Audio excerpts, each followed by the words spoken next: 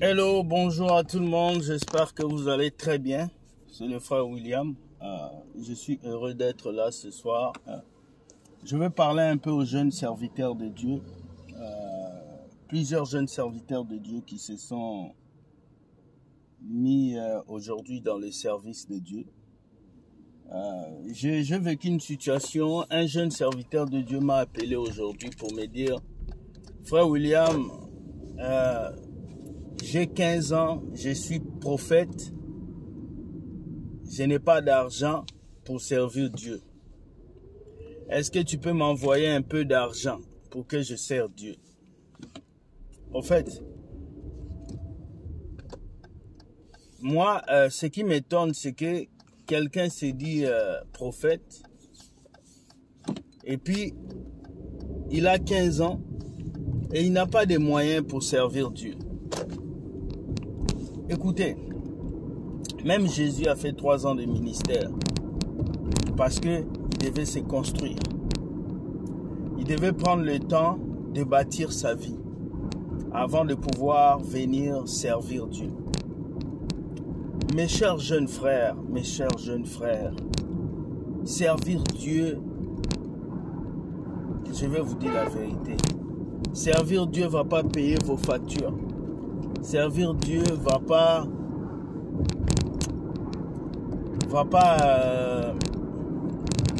régler vos problèmes comme il faut à 100%. C'est faux. Vous comprenez? Beaucoup de jeunes chrétiens aujourd'hui pensent que servir Dieu, c'est un travail, c'est un boulot. Non, ce n'est pas un boulot. Servir Dieu n'est pas un boulot. Servir Dieu, c'est une vocation. Et dans la vocation, il y a la gratuité. La vocation n'est jamais payante. La vocation, c'est comme un don que Dieu te fait. Si Dieu te donne un don, tu ne peux pas vendre ce don. Tu ne peux pas gagner de l'argent derrière ce don. Alors, beaucoup de jeunes chrétiens aujourd'hui, ils prennent la vocation comme un emploi. La vocation n'est pas un emploi. La vocation, c'est un appel que Dieu t'a fait pour le servir. C'est juste un appel. Maintenant, cet appel-là peut être suivi des bénédictions si les gens veulent te bénir. Mais tu as 15 ans. Tu n'as pas encore même connu la fin de ton adolescence. Tu n'as pas encore connu la vie qu'il faut. Tu vas te faire prophète. Voilà maintenant, tu deviens mendiant. Tu commences à demander de l'argent de gauche à droite. Mes frères et sœurs, mes frères serviteurs de Dieu, mes jeunes frères, moi que vous voyez, avant que je commence à servir Dieu, avant que je commence à faire mes vidéos YouTube, je me suis préparé. Je me rappelle, je faisais 4 boulots. J'ai travaillé comme un fou et tout mon salaire, je réunissais ça pour acheter le matériel du studio Will Gospel Ministry. Je me rappelle de fois même, j'avais un pasteur qui m'appelait, qui me disait « Viens, je vais te donner ça ». J'ai refusé. J'ai refusé beaucoup de propositions parce que je voulais moi-même me battre pour acheter les choses. Aujourd'hui, personne ne peut suivre mes vidéos et dire « Moi, j'ai acheté la caméra de Will Gospel, moi, j'ai acheté telle voiture ». Non, personne ne peut le dire. Pourquoi? Parce que là où j'ai grandi, les pasteurs qui m'ont formé m'ont toujours dit « L'œuvre de Dieu ne se mélange pas avec l'argent. » Non. Si tu commences à mélanger l'œuvre de Dieu avec ton gain, ton pain quotidien, c'est que tu vas devenir un voleur. Alors beaucoup d'entre vous, mes jeunes frères serviteurs de Dieu, vous ne voulez pas aller à l'école. Vous ne voulez pas vous former. Vous ne voulez pas faire des cours, même des petits cours de montage, vous ne voulez pas. Tout ce que vous voulez, c'est dire que vous êtes à temps plein. Mais le temps plein ne va pas payer ton loyer. Le temps plein ne va pas payer tes études. Oui, tu peux être à temps plein après 5 ans, 6 ans. Quand tu finis de travailler, tu économises ton argent. Mais là, tu n'as pas de fonds, tu n'as rien. Tu as 15 ans. Comment tu peux être à temps plein, mon ami? Tu es encore jeune. Ton cerveau est encore frais pour que tu apprends. Hein? Il y a même des serviteurs de Dieu ici, ils sont au Canada. Tu n'as même pas un permis de conduire. Même un simple permis de conduire, you don't have it. Mais après, tu viens dire aux gens, non, tu veux tu veux servir Dieu. Non, ça ne se passe pas comme ça. Je suis désolé, les amis. Je suis désolé, vous faites insulter le nom de Dieu partout. Vous êtes en train de faire insulter le nom de Dieu, vous là. Oui.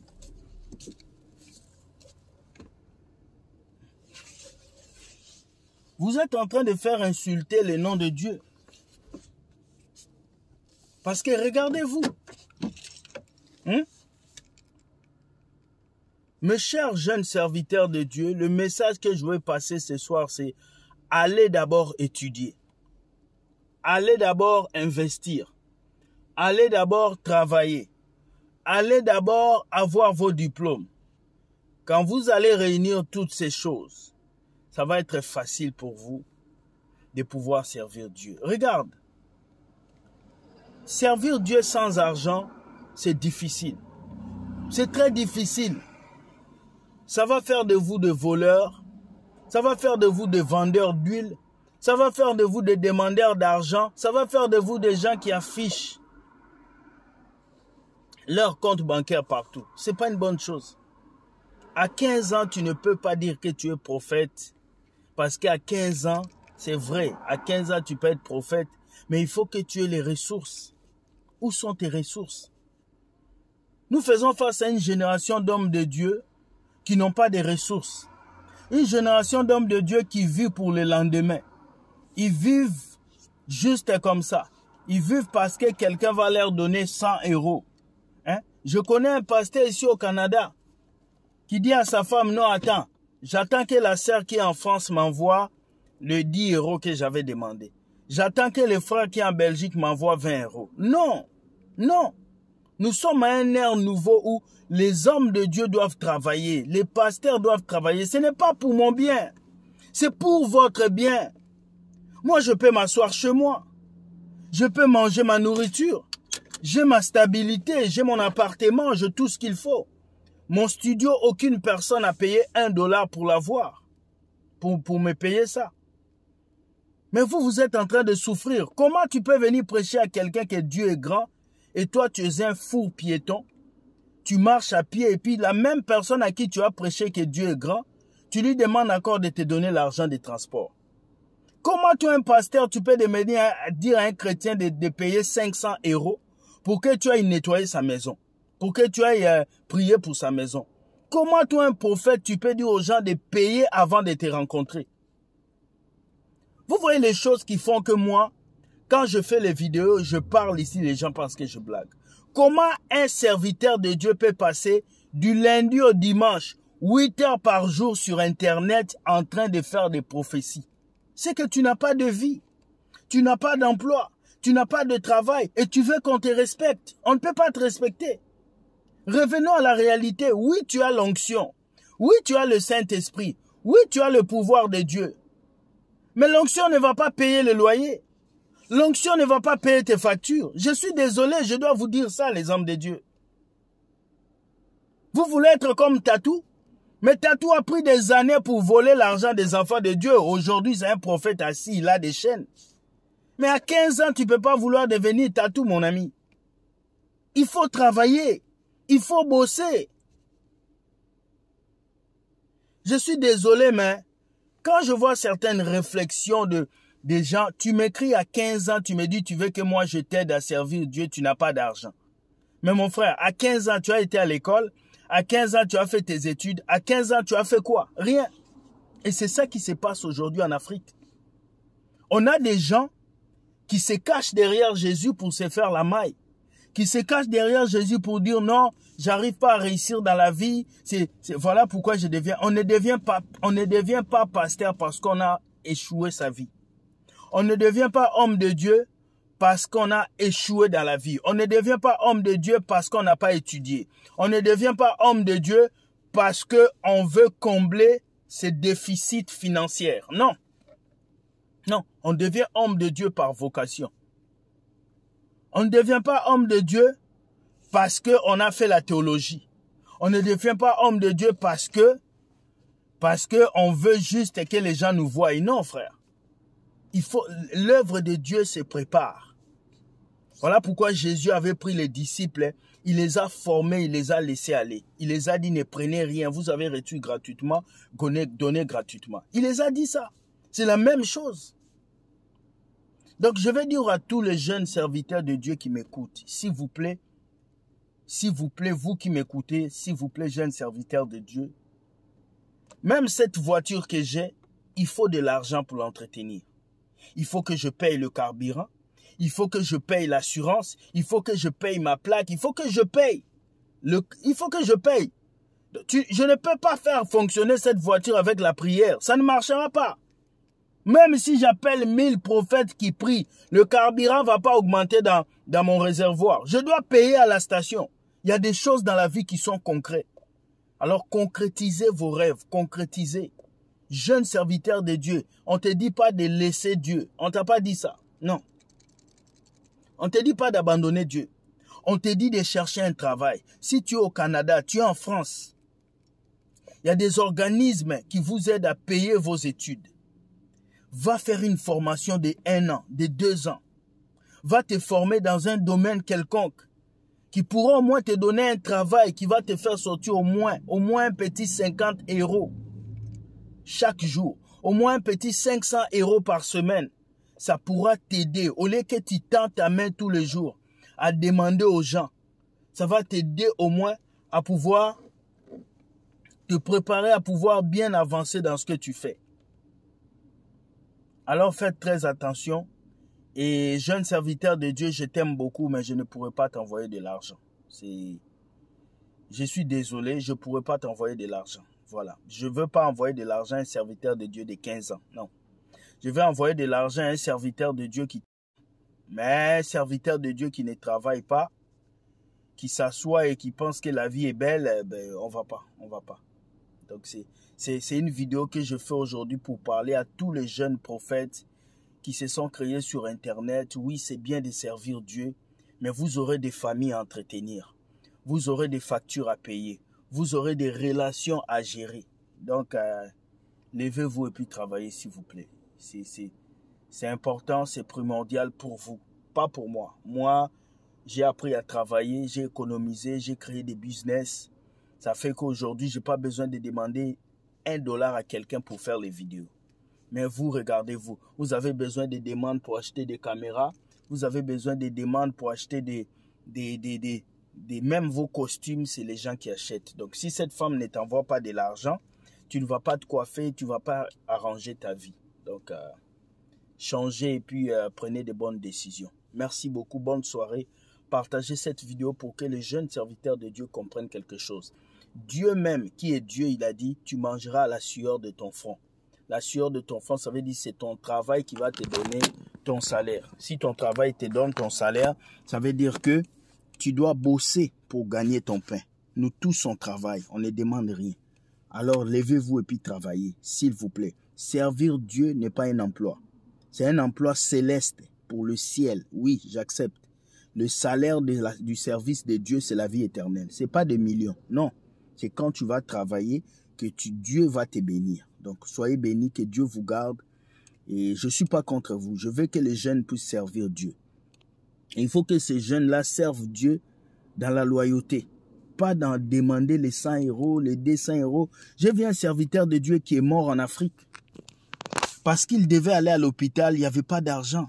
Il n'y avait pas d'argent. Mais il servait Dieu à temps plein. Personne ne l'a aidé. Il est mort. Donc, évitez ce genre de choses. Vous êtes des jeunes qui veulent servir Dieu, mais arrangez d'abord vos vies. Arrangez vos vies. C'est important. Prenez le temps d'aller à l'école. Prenez le temps de chercher un petit boulot. Prenez le temps d'économiser. Prenez au moins le temps de quitter la maison de vos parents. Prenez au moins le temps de quitter la maison de vos parents, de commencer à payer les factures. Prenez au moins le temps là. Vous commencez au moins à payer les factures. Au moins là, on pourra dire que vous êtes arrivé. Prenez au moins le temps de commencer à payer le loyer, à payer votre téléphone. Prenez au moins ce temps-là. Quand vous allez arriver au point où vous pouvez payer des factures vous-même, vous pouvez servir Dieu. On ne dit pas qu'il y a un âge pour servir Dieu, mais on dit qu'il y a la responsabilité et la maturité. Si toi, tu t'assois, tu n'attends seulement que les 100 € de cette dame. Tu attends seulement le 200 € de cette dame. Mais à quoi ça sert? Tu n'es pas homme de Dieu, tu es un profiteur. Voilà pourquoi vous vendez des huiles d'onction, vous vendez des savons prophétiques, vous vendez des huiles, vous vendez beaucoup de choses qui n'ont pas idée d'être. Pourquoi? Parce que vous ne travaillez pas. Vous voulez dépendre des peuples de Dieu. La maman là qui gagne même pas beaucoup, mais vous voulez prendre sa dîme forcée. Forcée parce que vous ne travaillez pas. Vous voulez prendre des salles à 6 000 euros, des salles à 4 000 euros, à 7 000 euros. Pourtant, Dieu ne vous a pas envoyé de faire ces choses. Jésus ne vous a pas envoyé d'aller louer des locales. Dieu n'a pas dit ça. Dieu n'a pas dit à ses serviteurs, construisez des églises, faites des appels de fonds. Dieu n'a jamais dit ça. Jésus n'a jamais fait des appels de fonds pour construire une église. Jamais. C'est toujours nous qui venons pour détruire les choses. À un certain point, je donne aussi raison à d'autres frères. Regardez les catholiques, par exemple. Ils ont leurs mauvaises choses. Mais les catholiques sont organisés. Tu ne verras pas un prêtre catholique qui demandait de l'argent comme ça. Parce qu'ils nourrissent l'air. Je pense que l'église évangélique doit avoir une organisation. Une structure qui va avoir le moyen de financer les pasteurs. Ce n'est pas les chrétiens qui doivent financer les pasteurs. Les pasteurs doivent avoir une structure dans chaque pays où l'argent est là pour les financer. Ce n'est pas moi, dans mon argent des salaires, je dois payer le loyer du pasteur. Non. Vous n'êtes pas organisé. Comment vous pouvez laisser des jeunes de 15 ans être des prophètes? Comment vous pouvez laisser des gens faire 8 heures de prophétie sur Internet? Après, vous voulez avancer. Comment vous allez avancer? Les étudiants qui viennent dans vos églises, au lieu de les pousser à aller à l'école, vous les faites arrêter l'école. Ils commencent maintenant à rester avec vous, à porter vos Bibles. Ils commencent maintenant à devenir des diacres à temps plein. Mais est son école? Dans une église, on doit avoir des avocats. On doit avoir des architectes. On doit avoir des militaires. On doit avoir des ingénieurs. Dans une église, c'est des choses qu'on doit avoir. Mais toi, pasteur, tous les jeunes de ton église, tu les as transformés en évangélistes. Personne ne va à l'école. Non. C'est des choses que vous devez régler. Vous comprenez? S'il vous plaît, pasteur, si tu m'écoutes et que tu es dans ces problèmes financiers, règle d'abord tes problèmes financiers avant de servir Dieu. Sinon, tu vas devenir voleur ou mendiant. Moi, à un moment, j'ai commencé à servir Dieu à temps plein. Je me rappelle. Je disais, je vais servir Dieu à temps plein, Dieu va faire. Je suis rentré dans les temps pleins. C'est bien, c'était bon. Mais l'église qui voulait me mettre en temps plein une fois, ils ont commencé à m'insulter, à me manquer du respect. Et j'ai arrêté ça. J'ai arrêté ça parce que je ne l'aime pas. Aujourd'hui, j'ai ma liberté, je travaille, je prends mon argent, je paye mes factures, ça fait de moi ce que je suis. Et c'est comme ça que Dieu veut que vous soyez. Des serviteurs qui n'ont pas de lien avec les gens. Aujourd'hui, beaucoup de pasteurs ne prêchent plus la vérité. Beaucoup de pasteurs ne prêchent plus la vérité. Pourquoi? Parce que ils sont plus dans la vérité. Parce qu'ils dépendent du peuple de Dieu. Il y a le monsieur qui est devant l'église qui marche dans l'adultère. Il couche avec les femmes. Mais le pasteur ne peut pas prêcher sur la fornication. S'il prêche sur la fornication, le monsieur va plus payer les loyers. Donc les hommes de Dieu sont muselés. Ils ne peuvent pas dire la vérité. Ce n'est pas la faute de vos pasteurs. C'est aussi la faute de l'organisme qui est l'organisme des chrétiens. Il n'y a pas de structure chrétienne pour rémunérer les pasteurs. Ce n'est pas aux fidèles de nourrir les pasteurs. Je suis désolé. Voilà, donc, levez-vous, prenez une décision. Que Dieu vous garde. On se revoit plus tard. Si tu as aimé cette vidéo, partage et permets à quelqu'un de comprendre. Je ne suis pas contre vous. Je suis là pour vous soutenir, mais j'ai dit, si tu n'as pas encore réalisé des choses, réalise des choses. Mets l'argent de côté et sers Dieu. Merci beaucoup. Soyez bénis, que Dieu vous garde et bye.